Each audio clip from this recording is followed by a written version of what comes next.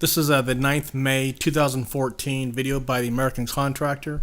This is the American Contractor's podcast. The title of this podcast is PM Maliki launches assault on Fallujah and the Sunni support for a third term.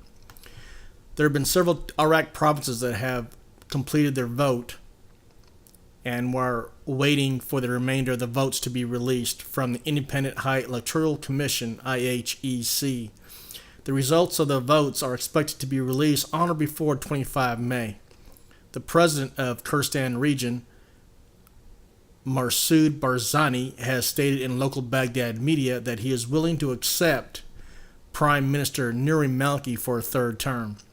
Barzani would like to make sure that the President of Iraq remains in the Kurdish hands. However, there is talk that the powers to be would like to see a Sunni in the president's position. Since last December, Fallujah has been in the hands of the Islamic State of Iraq and the Levant, ISIL. Prime Minister Nuri Maliki has ordered the Iraqi military to launch a full-scale assault on the city of Fallujah. I have previously published videos and written postings on this terrorist group topic in the past. It appears so far that the military operation is going well. The Iraqi military have killed dozens of ISIL and have seized their equipment and arms. The military operation is still ongoing, and I will be given updates. Recently, Prime Minister al-Malki, in his weekly address to the nation, had some criticisms for the Iraq Speaker of the Council of Representatives, Usama al-Nujayfi. PM Maliki stated that Nujayfi was responsible and possibly the cause of important legislation such as the oil and gas law not being passed, as well as critical banking laws and regulatory policies. PM Maliki also criticized the Iraq Parliament members for not taking responsibility to help Iraqi citizens in the performance of their duties. We are observing a rift between Maliki and Nujayfi, and this will no doubt cause the Parliament Speaker to quickly form alliances with other political parties.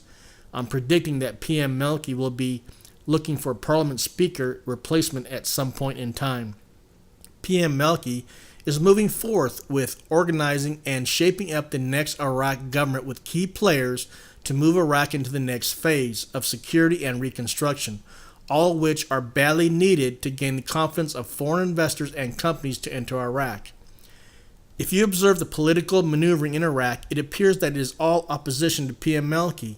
They are all vying to get the best position within the next Iraqi government.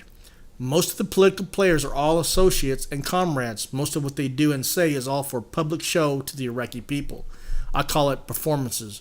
State of Law Coalition MP Sadiq al-Laban reiterated Maliki's claims that coalition would seek to form a majority government. Quote, "The results will determine our position, but all signs indicate that the State of Law Coalition and Maliki have likely secured the victory.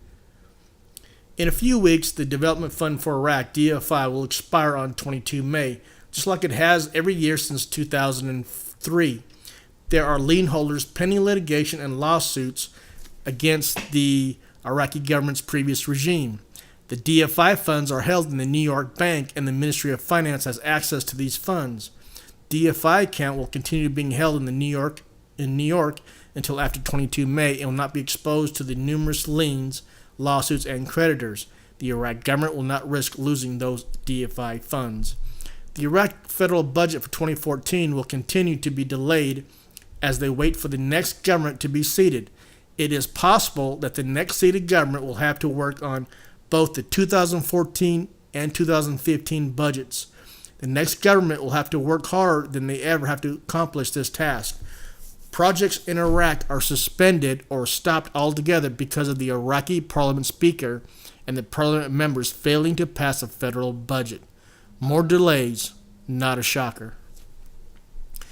Go ahead and go to the AmericanContractor.com website and you can read the latest postings from Iraq.